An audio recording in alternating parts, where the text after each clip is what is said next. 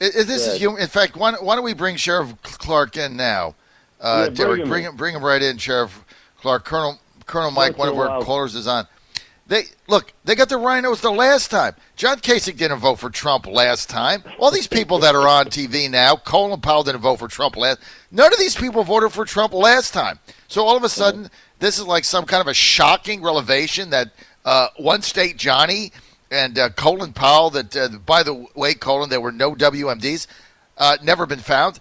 These are the people that they didn't vote for him the last time. Now all of a sudden, we got the Lincoln Project and these clowns going up at the DNC. Sheriff, they didn't vote for him the last time. Yeah, good morning. Not only that. Good morning, Sheriff Clarke. No integrity. How you doing, sir?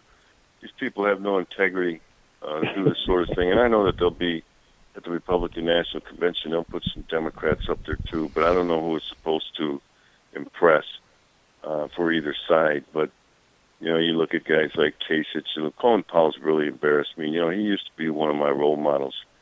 And, as a person, he's a great human being, served his country well. But ever since the weapons of mass destruction that weren't found, he went before Congress and convinced Congress to approve authorization to use military force. And I'm not suggesting that they shouldn't have, but I'm saying that it was based on misinformation, and they should have admitted that. So now he comes up here, and he did the same thing for Obama. It's a guy really, and I'm not just picking on him. There were the other ones. Christy Whitman, I think, was one of them, too. And I just don't know, who that's supposed to impress. I really don't. Well, I thought Joe Biden did a nice job last night. By the time I got home, I got to see her live, or well, not live, but with the tape. Saw her on TV. I mean, she seems like a very nice woman.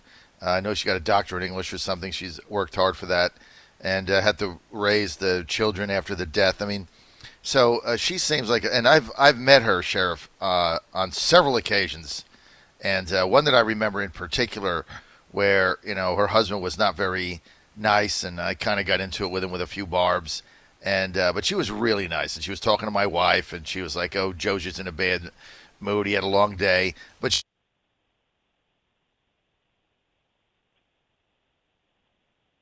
Hello? That's really my question, and we're going to let Colonel Mike go. Sheriff, what votes last night did the Democrats change? Did they change anything? Absolutely none. Yeah, absolutely none. These things are a snooze fest.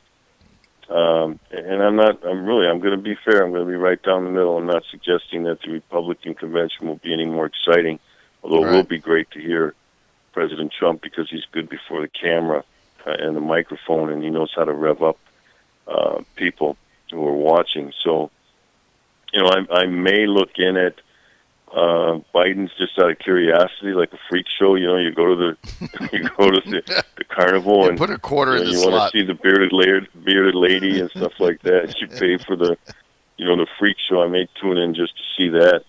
But other than that, these things are they're even if it were live, it's a bore. Well, again, I just have to ask yourself, what they're all saying. Well, they're going to get a bump in the polls.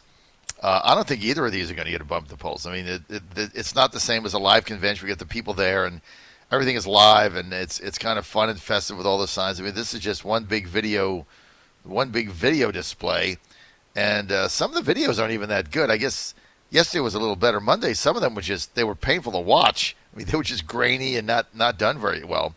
But look, I guess this is a tough thing for either of the party to do, Sheriff. But I want to get to these mobs, and one comment in particular late last week after you were on, which is one of the organizers of the protesters in Chicago, where you're only a few miles from, said that looting is okay. He encouraged looting. This is one of the mob organizers. Encouraged looting, and he said looting is like reparations. We have to take what was taken from us, and so we need to continue to loot. And then the head of the Black Lives Matter organization in Chicago said we're going to keep protesting and looting, direct quote, until Chicago gets rid of the police. And then I was thinking to myself, so after they get rid of the police, if there were no police, then all of a sudden, magically, when there's nobody to stop them, they're going to stop looting and protesting? Can you try to explain to me what the objective is here with these organizations? No, I can't. It's beyond comprehension. And what it is it's cultural rot when they embrace criminality, and that's what they're doing, and then they try to justify it. That's pretty low, and I think it's embarrassing as well. In terms of giving the impression of how some black people feel when it's not. Black people do not feel that way. These guys are an outlier, and they should be shamed, they should be shunned, but people are afraid to do it. I'm not afraid to do it. I'll continue to do it. We need to demonize that Black Lives Matter movement, because that's what it is. It's based on lie. It's based on hate. It's based on racism itself. But to sit up there and I think when you see stories like that, the writer knows, hey, let me show what this thing is really about. People will figure it out. Stealing somebody's property, looting, destroying somebody's life, somebody's livelihood like that, and then wrapping it around reparations. Reparations have already been paid to black people in the form of $22 trillion in the last 50 years for welfare programs, in the form of affirmative action programs that deny more qualified people promotions in the workplace and school admissions in favor of lower performing black students in the name of diversity. And I've always maintained that although well-intended affirmative action still discriminates, and you don't remedy past discrimination by discriminating against a new class of people. So where do we go from here? Well, I'll continue to say it. I've been writing about it, speaking about it, until the police in cities like Portland, cities like Chicago, Seattle, and other areas where they're having these nightly, Louisville, Kentucky, and where they're having these nightly riots, until they apply a maximum amount of pressure using all the resources they have, a reasonable amount, to change the calculus of these idiots and make them say to themselves, you know what, I'm not going down there anymore. The police are starting to bring it, and it's no longer enjoyable.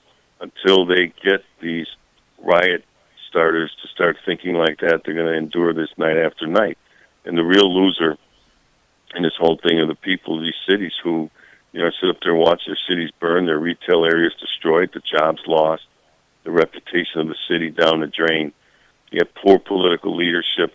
So when you ask what you do, until the police are turned loose, and I'm not saying that rhetorically, until they are turned loose on these animals to quell these disturbances, we're going to continue to see it. Right. Well, I tell you what, it's a sad state of affairs with these mobs going on. And, I was commenting earlier, we're with Sheriff Clarke with us, former sheriff, Milwaukee County, also senior advisor, WeBuildTheWall.us. He's also on Newsmax, one of our sponsors. We appreciate that. Always good to have him on. Sheriff, always love getting your commentary, but in Richmond yesterday, we had a special session.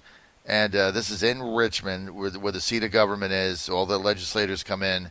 And what the Democrats did yesterday, this is kind of a sidebar, but it ties in, is in one day they canceled everything live in Richmond, and they went back home and said, we're going to do everything via video. And my contention is one of the reasons they did this is because of social distancing or COVID, because they had a massive facility where people were, over 6 feet apart from each other with masks. They did this because they were embarrassed to go downtown. They were embarrassed to see the destruction. They were embarrassed for the media to be taking pictures. They were embarrassed to drive there. They can't stay in the hotels downtown with the mobs smashing windows every night and looting. They can't go to dinner because nothing is open. So they were embarrassed for the city their policies has destroyed and everything that's going on, so they got out of town. That's my theory on what happened. These people are feckless. They're cowards. They won't even face the reality of the situation that their own policies have catalyzed. At some point, John, there's going to be a reckoning, though, for all of this stuff. And it's coming soon. But they should be made to go down there. They should be made to face it, look at the ugliness, look at the destruction. They know it exists, but they kind of look the other way. It's done with a wink and a nod. You know, that it's terrible. That, you know, they pay some lip service, but very little. But again, you know, they're encouraging this sort of thing. Their policies have created a lot of the urban pathologies that people are dealing with on a daily basis, and they won't own up to it. But I think this time around, I don't know when. I'm not into that predicting game, but there will be a reckoning for what the left, what the liberals, what the Democrat Party, what the slime from Black Lives Matter, what the and Antifa have done to America. Sheriff, when you talk to your friends and colleagues in the African American community right now, and I know you've got friends on both sides of the aisle, and you were a Democrat for a long time. What are they saying? Well, first of all, in terms of Democrats, all you get is and I'm talking about the dyed-in-the-wool. I'm not talking about the everyday black Democrat, but the dyed-in-the-wool, the ones that actually work for the party and volunteer and do that sort of thing. All you hear are excuses. Okay, all you hear is racism. All you hear is police brutality. Both of those, systemic racism, police brutality, those things are a myth in America. And you know what? But silently, and you're right, they do talk to me. They don't stand for any of this crap. They don't stand for any of this rioting. They don't stand for any of this defund the police. Some will come out and say it publicly.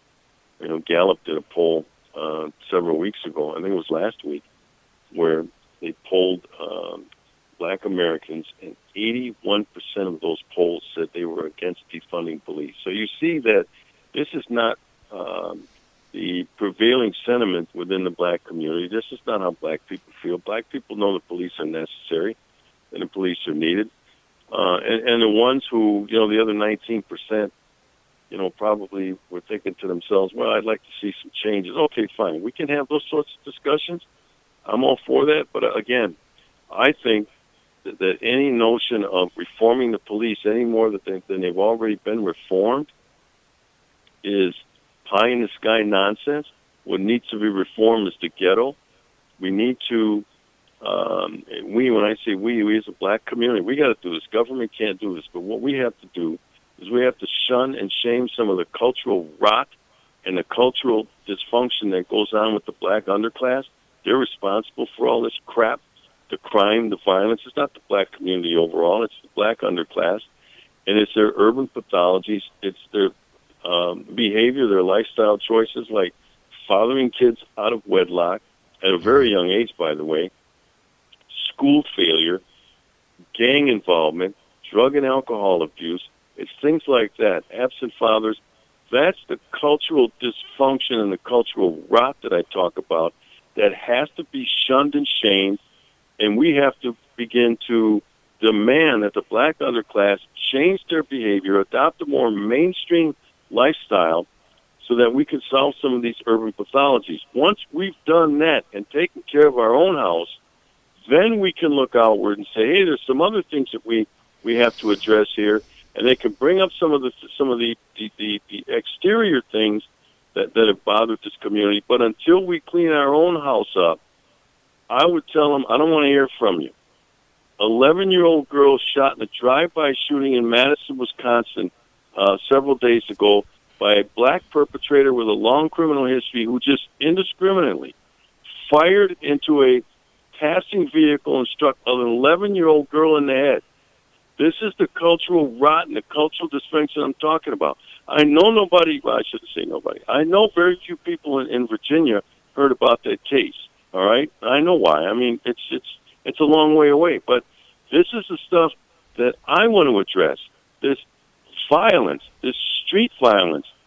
These are the pathologies that I want to address, not this nonsense, this boogeyman of race, not this nonsense of systemic racism, not this nonsense of police brutality. Clean your own house first, and then go outside, and we'll look at the exterior. Well, Sheriff, that's a pretty powerful statement. Cultural rot that is going on. Are you saying that's systemic? Oh, yes. Look at the crime rates. All you have to do, John, is look at the crime rates, especially now when they're peaking. But this goes on a daily basis. Last weekend in Chicago, 64 shot, leaving 5 dead. For the summer, since Memorial Day, just weekends, Wednesday to Friday. I'm sorry, Friday to Sunday. Just weekends since Memorial Day, 789 people shot, leaving 136 dead. That's just weekend violence in one city, in Chicago. You look at Minneapolis, you look at Milwaukee. Milwaukee has the highest murder rate in the country. Our homicides here are up 125% in 1 year. 125%. All right? Most of the victims are black. Most of the perpetrators are black. That's another one of those urban pathologies, the black-on-black crime. I don't want to hear from anybody about systemic racism, and I don't want to hear from anybody about police brutality. Those things are a myth. Those things wouldn't even register on a radar screen of problems in the black community. Mm-hmm.